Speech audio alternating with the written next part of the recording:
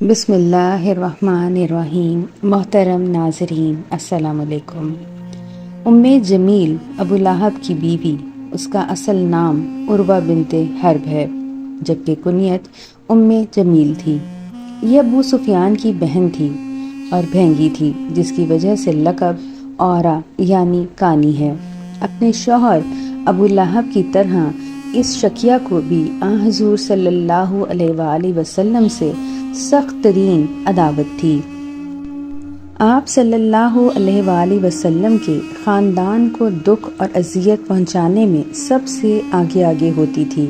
ابو بکر صدیق کی صاحبزادی اسماء بنت ابو بکر کا بیان ہے کہ جب سورہ لہب نازل ہوئی اور ام جمیل نے اس کو سنا تو غصے میں بھری ہوئی رسول اللہ صلی اللہ علیہ وآلہ وسلم کی تلاش میں نکلی۔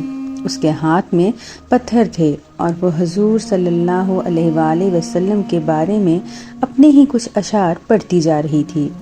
جب حرم میں پہنچی تو وہاں ابو بکر صدیق کے ساتھ حضور صلی اللہ علیہ وآلہ وسلم بھی تشریف فرما تھے۔ ابو بکر نے عرض کیا، یا رسول اللہ، یہ آ رہی ہے اور مجھے اندیشہ ہے کہ آپ کو دیکھ کر کوئی بےہودہ حرکت کرے گی۔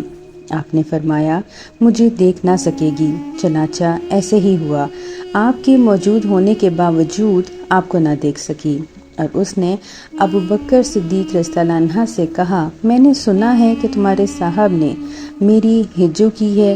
ابو بکر نے کہا، اس گھر کے رب کے کعبہ کی قسم، انہوں نے تیری کوئی ہجو نہیں کی۔ اس پر وہ واپس چلی گئی۔ ام جمیل صرف اکیلی نہیں تھی، اس کا شوہر ابو لہب بھی آپ صلی اللہ علیہ وآلہ وسلم کے خلاف دشمنی میں ہر حد پار کر چکا تھا، لیکن ظلم کی یہ داستان یہیں ختم نہیں ہوئی تھی۔ ابو لہب اور ام جمیل نے صرف نبی پاک صلی اللہ علیہ وآلہ وسلم کی ذات مبارکہ کو ہی نہیں، بلکہ آپ صلی اللہ علیہ وآلہ وسلم کی پاکیزہ بیٹیوں کو بھی اپنے انتقام کا نشانہ بنایا۔ حضرت رقیہ رضی اللہ عنہا اور حضرت ام کلثوم پیارے محمد صلی اللہ علیہ وآلہ وسلم کی دو بیٹیاں تھیں، جن کا نکاح ابو لہب کے بیٹوں عتبہ اور عتیبہ سے ہوا تھا۔ یہ نکاح اس وقت ہوا جب آپ صلی اللہ علیہ وآلہ وسلم نے ابھی اعلان نبوت نہیں فرمایا تھا۔ اعلان نبوت کے بعد ابو لہب اور ام جمیل نے اپنے بیٹوں پر دباؤ ڈالا کہ وہ آپ صلی اللہ علیہ وآلہ وسلم کی بیٹیوں کو طلاق دے دیں۔ انہوں نے دھمکی دی کہ اگر انہوں نے طلاق نہ دی تو وہ ان سے تعلق ختم کر دیں گے۔ نتیجتاً عتبہ اور عتیبہ نے حضرت رقیہ اور ام کلثوم رضی اللہ عنہا کو طلاق دے دی۔ یہ طلاقیں محض آپ صلی اللہ علیہ وآلہ وسلم سے دشمنی کی بنیاد پر دی گئیں، نہ کہ کسی ذاتی وجہ سے۔ یہ واقعہ اس بات کا ثبوت ہے کہ ابو لہب اور ام جمیل کی دشمنی کس حد تک بڑھ چکی تھی۔ تاہم ان مظلوم بیٹیوں کے لیے اللہ تعالیٰ نے بہترین راستے مہیا کیے۔ حضرت رقیہ کا نکاح بعد میں حضرت عثمان بن عفان رضی اللہ عنہ سے ہوا، اور ان کے انتقال کے بعد حضرت ام کلثوم کا نکاح بھی حضرت عثمان رضی اللہ عنہ سے ہوا۔ اس طرح حضرت عثمان کو ذن نورین کا لقب ملا، یعنی وہ شخص جس نے آپ صلی اللہ علیہ وآلہ وسلم کی دو بیٹیوں سے نکاح کیا۔ اسلام اور آپ صلی اللہ علیہ وآلہ وسلم کا سب سے بڑا دشمن ابو لہب تھا، جو کہ آپ صلی اللہ علیہ وآلہ وسلم کا سگا چچا بھی تھا۔ چونکہ اس کے چہرے پر ہر وقت ایک سرخی سی رہتی تھی، اس لیے لوگ اسے ابو لہب یعنی شعلے والا کہنے لگے۔ حضور صلی اللہ علیہ وآلہ وسلم کی پیدائش کی خبر پہنچی تو ابو لہب نے خوشی میں اپنی لونڈی صوبیہ کو آزاد کر دیا، لیکن یہ خوشی زیادہ دیر نہ ٹکی۔ جب آپ صلی اللہ علیہ وآلہ وسلم نے نبوت کا اعلان کیا تو یہی ابو لہب جس نے کبھی خوشی منائی تھی، اب سب سے بڑا دشمن بن کر سامنے آیا۔ ایک دن حضور اکرم صلی اللہ علیہ وآلہ وسلم پیغام لے کر کوہ صفا پر چڑھے اور قریش کے سب سرداروں کو آواز دی۔ جب سب جمع ہو گئے تو آپ نے فرمایا کہ اگر میں کہوں اس پہاڑ کے پیچھے سے دشمن کا لشکر آ رہا ہے تو کیا تم میری بات مانو گے؟ سب نے کہا ہاں، ہم نے آپ کو ہمیشہ سچا اور امین پایا ہے۔ تب آپ صلی اللہ علیہ وآلہ وسلم نے فرمایا تو پھر سن لو، میں تمہیں ایک عذاب سے ڈرانے آیا ہوں۔ بس یہی بات ابو لہب سے برداشت نہ ہوئی۔ وہ غصے سے چیخا، اے محمد، تمہارا برا ہو، تمہارے ہاتھ ٹوٹ جائیں، کیا اسی لیے تم نے ہمیں یہاں جمع کیا تھا؟ اسی موقع پر اللہ تعالیٰ نے سورہ لہب نازل فرمائی، جس میں ابو لہب اور اس کی بیوی کا نام لے کر لعنت کی گئی۔ قرآن پاک کی پوری تاریخ میں یہ واحد مقام ہے کہ کسی دشمن کا نام لے کر اس کی مذمت کی گئی ہو۔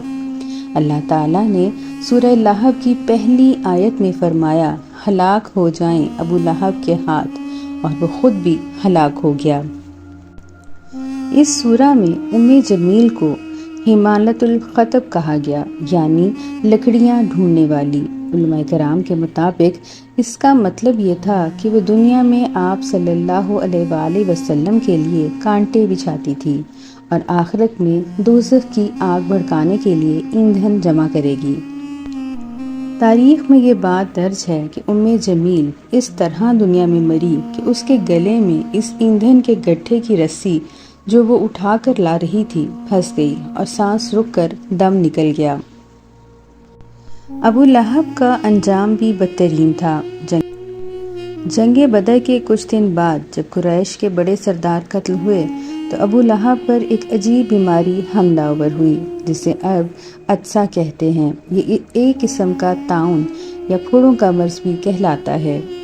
اس کا جسم گلنے لگا، پیپ بہنے لگی، اور پورا خاندان اس سے دور ہو گیا، یہاں تک کہ 3 دن تک اس کی لاش گھر میں پڑی سڑتی رہی۔ کسی نے دفن کرنے کی ہمت نہ کی، کیونکہ بیماری سے بچنے کے خوف سے سب بھاگ گئے۔